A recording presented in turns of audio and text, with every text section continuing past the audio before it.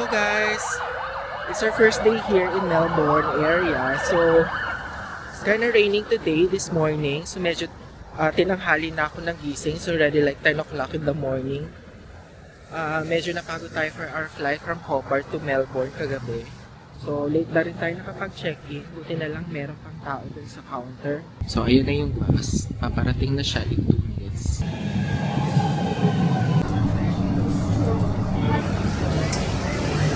Right now, nandito na tayo sa Flinders Street Station. So, it's just a park lang here dito sa Melbourne. And then, katabi niya usually yung church. Ayan, ng St. Cathedral. I think this is another museum here. So, pasukin natin.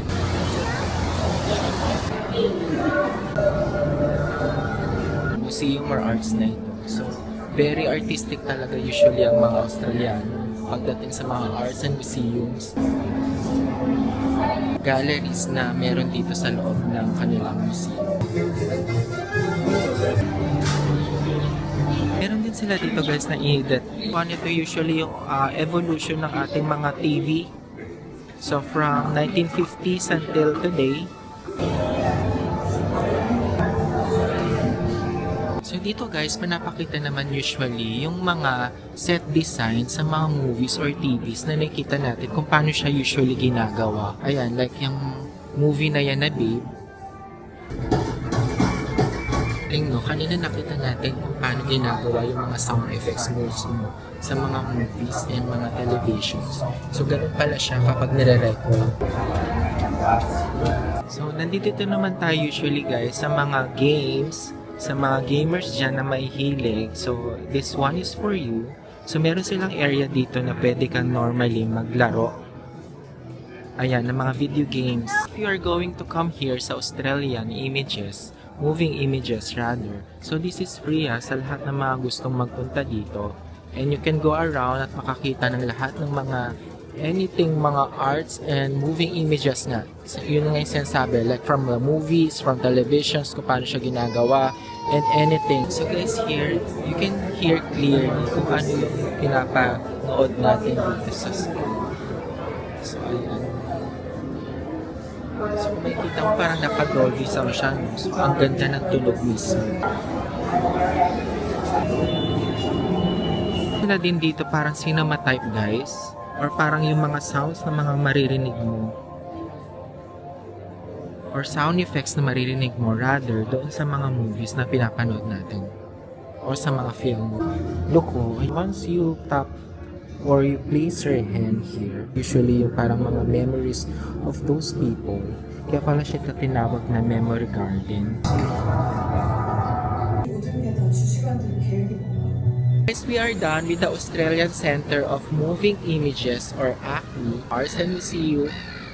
So this is more like parang mga edit from the games, from the movies or films na nakikita natin or napapanood. So right now, nandito tayo sa Federation Square. Buti na lang hindi na umuulan. It's a good weather na ngayon dahil maaraw na ulit.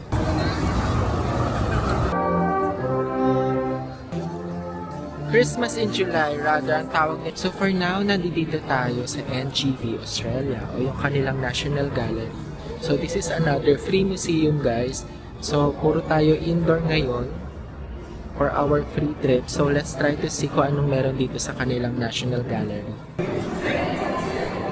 Talaga usually yung nagustuhan ko dito sa Australia. They're usually fun into this kind of arts. At marami silang mga museum dito na normally is free for an entry.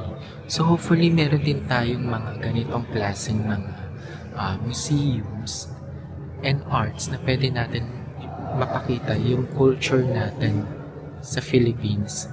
So sana nga lang we also have this kind of free entry museums sa Philippines. Nakakamiss lang usually yung kanilang mga arts dito, yung mga local native arts na meron sila. So it's really goes to show kung paano nila pinahalagan yung mga arts and crafts nila dito.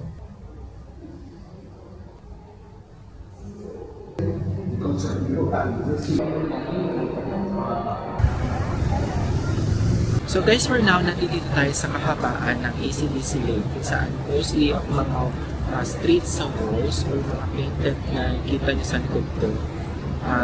Usually, madalas na pinupuntahan ng mga nagpupunta dito sa para magpa-picture dun sa mga wall painted.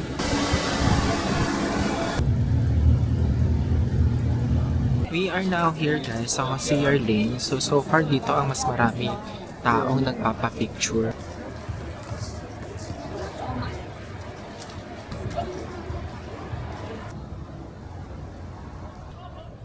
As for now, we are here na sa St. Paul Cathedral. So, kalapit lang siya usually ng Flinders Street Station. So, ito siya yung isa sa mga simbahan din na pinupuntahan dito sa Melbourne. So, pasukin natin siya. Just have a look.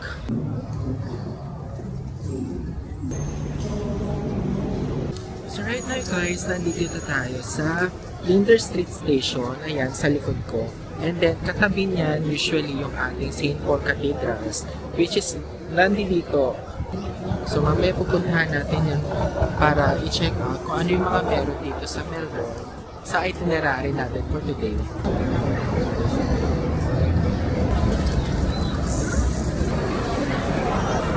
For now, we are here in the Flinders Lane and naghahanap tayo usually ng ating makakainin for a lunch since it's already 1 in the afternoon. So, I don't know kung ano yung cravings ko for today, pero let's see kung ano mang meron dito sa lane na to. Marami dito usually mga cafes and stores na pwede nyong pagkainan. So guys, for now, we are here in Vesparosa. Since I am craving for a pizza or any Italian food, so itatry natin siya dito. Dito siya malapit sa Flinders Lane. Nag-crave tayo for an Italian. So ito, nag-order ako ng pizza for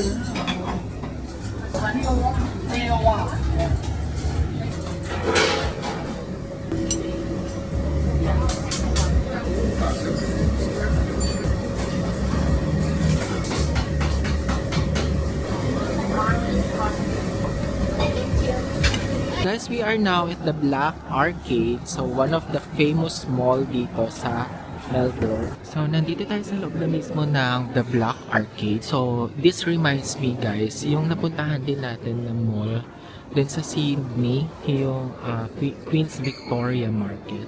So, this is just like the same. So, pag pumasok ka dito, marami usually mga stores na talagang mga mamahalin. So, kung mapapansin nyo guys, yung pagka-architecture or yung itsura ng lugar is usually parang more of para kang nasa European style. Since this just the same na pinuntahan din natin din sa Queen's Victoria Market sa but this is also a different thing which is maliit lang siya, parang isang floor lang. And then maraming mga cafes and kainan din dito sa loob.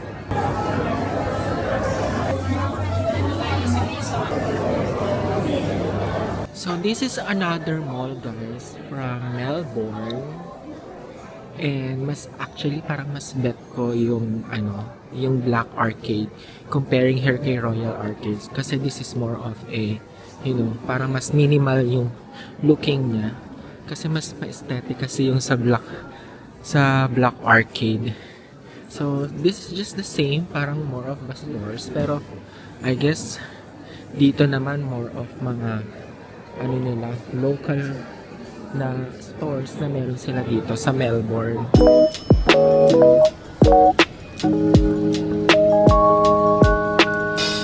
Siguro ang dami ngayong mga bisita. So, papasukin natin to later.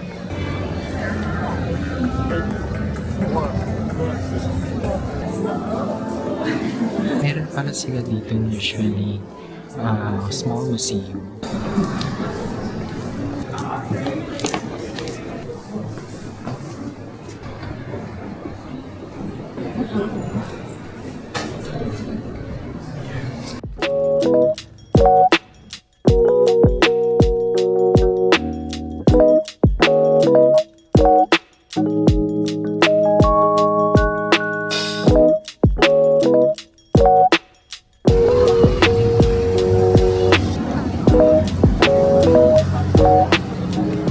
Guys, for now we are walking walking dito na sa kanilang little Chinatown. So, sa lahat yata ng mga Australia na pinuntahan natin, even the Sydney, ay meron silang ganitong Chinatown.